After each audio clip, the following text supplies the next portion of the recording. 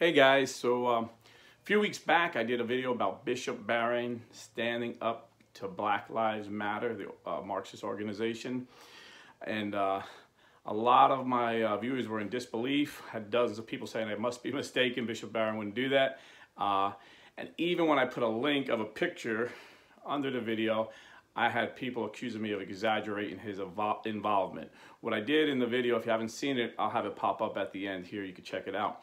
Well, what I did in the video was I told the story in like a metaphorical way, and I compared the spiritual warfare that I believe was going on that day to a gang fight. And so a lot of people misunderstood that, so I'm not gonna do that today. I'm gonna put an actual link in my description box. So under the video, it'll have title and then description. Click on that link and hear Bishop Barron himself speak about what happened. I believe it was yesterday. And I'm just gonna give you some of my comments about the whole situation of this situation where Black Lives Matter, the organization, because of course, you know, in this day and age, you have to say, of course, Black Lives Matter. I mean, it's ridiculous to say otherwise. But the organization, the Marxist organization that's attacking the Catholic Church on a daily basis, went to another St. Cyr statue and was planning on tearing it down.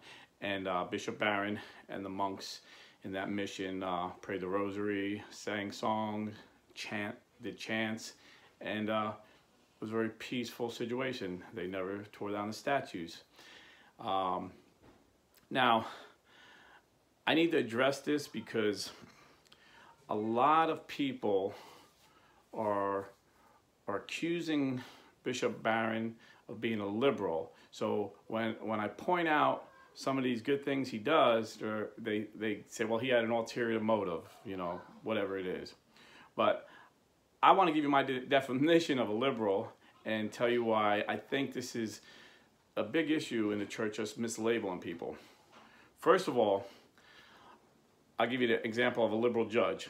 I vote for people who put in conservative judges, because a conservative judge on the Supreme Court will read the Constitution and interpret it the way it was written. He wasn't elected by us to change it. Our politicians were elected. They can change the laws, okay?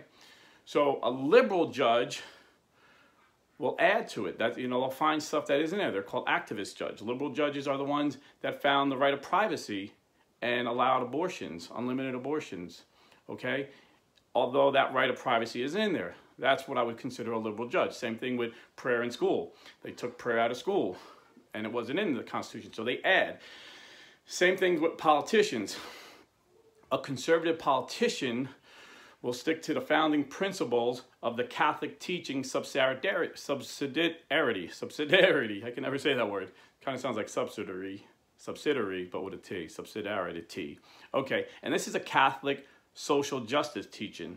And I'll just read the definition real quick so you understand what I'm talking about. The principle of subsidiarity, which was developed as part of Catholic social teaching, states what individuals can accomplish by their own initiative and efforts should not be taken from them by a higher authority. Or as St. Thomas Aquinas says, the child belongs to the father, not the state. Liberals want the government to take over everything, especially the family. And that's what you find with this Black Lives Matter organization. They admit they're Marxists, and they admit they want to attack the nuclear family. They hate their traditional family as a mother and a father and children. And they want the government to have control over teaching your children. That's what all Marxists want.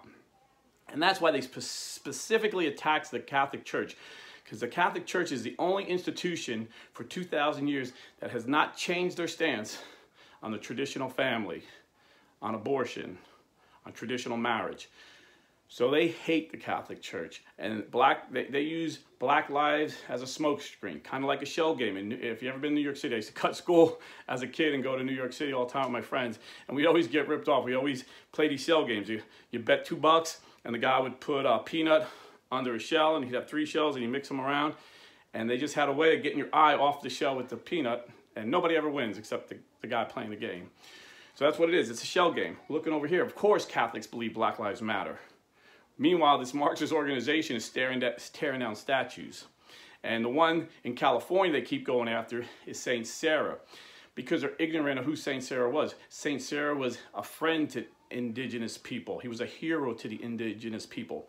But the Marxists got the young, uneducated people in their group convinced that he enslaved the indigenous people and he was evil. So they want to tear down these statues. But as far as conservative and liberal in the church, they start labeling people based on attitude. You know, there's different personality tests. Hippocrates studied human nature many years ago and came up with 4 basic temperaments. And it's really a cool thing to look up. When I was young and married, like 35 years ago, my wife and I took this temperament test by Florence Littauer. Another one, Tim LaHaye. They both have books on this. But now my kids are into it. You know, they're newly married and you're young.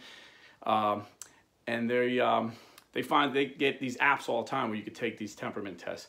And it's really interesting to know yourself. You know, I think it was Confucius that said, to know others is wisdom, to know oneself is enlightenment. And so these temperament tests basically give you your weaknesses and your strengths. And you're like, and it's like an aha moment once you realize who you are, temperament-wise.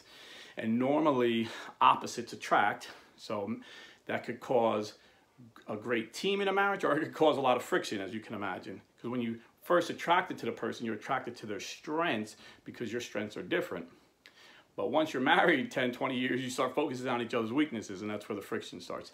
But I kind of got off topic. I do that sometimes, but I just want to give you an idea of what the 4 basic temperaments are. They're different personality types.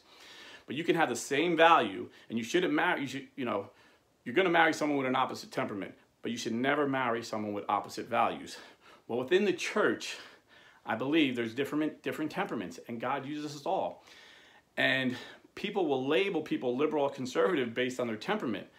I say we need to step back, and as long as they're teaching what the church teaches, that's conservative. You know, their method may be different, their personality may be different from yours. But look at what they're actually teaching. Because if they are liberals adding to the church teachings or taking away, saying abortion is okay, homosexuality okay, that's not liberal. That's heretical. That would be liberal in the political sense. So be real careful by labeling someone liberal, because when I hear the guy's a liberal, I'm thinking he's a heretic. And Bishop Barron gets this thrown at him a lot. And I don't see that. I see him sticking to the church teachings, and I see him standing up for the church. He stood up, but he did it in his way. And again, I'm not going to put words in his mouth or explain the situation. I want to let him talk. But to me, it's just his personality type. He just does it different than a lot of us would want to do it. It's just we got different personality types. And that leads me to a scripture verse that I really want to share with you guys. And I want you guys to meditate on this and really think about this. So this is St. Paul writing to the church of Corinth. 1 Corinthians chapter 1, verses 11 through 13. For it has been reported to me by Chloe's people that there is quarreling among you, my brethren. What I mean is that each of you says, I belong to Paul, or I belong to Apollos, or I belong to Cephas, or I belong to Christ. Is Christ divided? Was Paul crucified for you? Or were you baptized in the name of Paul? Of course not. He's being sarcastic. This is one of the reasons I left Protestantism. You know, I realized Protestantism is, from the very beginning, they were doing what Paul tells you not to do. Martin Luther came out and said, yes, I believe communion has the literal body and blood of Christ. Then John Calvin came out and said, no, I believe it only has the Holy Spirit. Then 10 years later, Ulrich Zwingli gave what's most popular now, his man-made doctrine, that no, it's just symbolic. It has no spiritual significance. It's just to remember. It's a memory. It's just symbolic. And Martin Luther called both those guys heretics.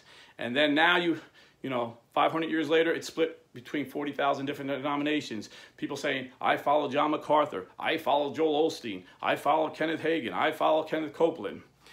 And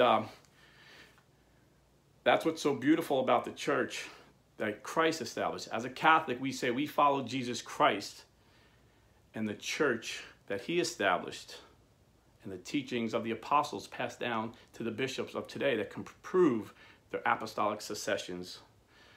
So when I see divisions in the church, I start saying, wow, is this starting to smell and look too much like Protestantism to me? You know, when you have people say, I follow Taylor, I follow Barron. Did Taylor die for you? Were you baptized in the name of Bishop Barron? No. Jesus Christ died for you, and you were baptized in the name of the Father, Son, and Holy Spirit. So, and this is not a diss on Taylor Marshall. I love this Taylor Marshall. I think he's a great treasure and gift to the church, and like I've said in past videos, I've learned a lot from him. And I don't see him calling Bishop Barron names. I see him talking about some of the teachings that he may disagree with. I've never heard him call Bishop Barron a heretic. But people watching that don't understand the personality and the nuances and how people are, they'll start calling Bishop Barron a heretic, or they'll start calling Taylor Marshall a meanie. You see what I'm saying? But we cannot let these differences divide us, because they're not differences in doctrine. They're differences in personalities. There's differences in methods. Bishop Barron is a treasure to the church. He's a gift. His Excellency has the gift of evangelization and brought many people back to the Catholic Church. Taylor Marshall is a great teacher and philosopher, and he's called a lot of people to action to defend the Catholic Church. We need all of these men. You know, Paul says another part, can the body function without legs? You know, is the hand more important than the foot? No, we're all different parts of the body. Jesus Christ is the head, but we need to work together. And when there's differences, of course there's going to be differences. We're a family.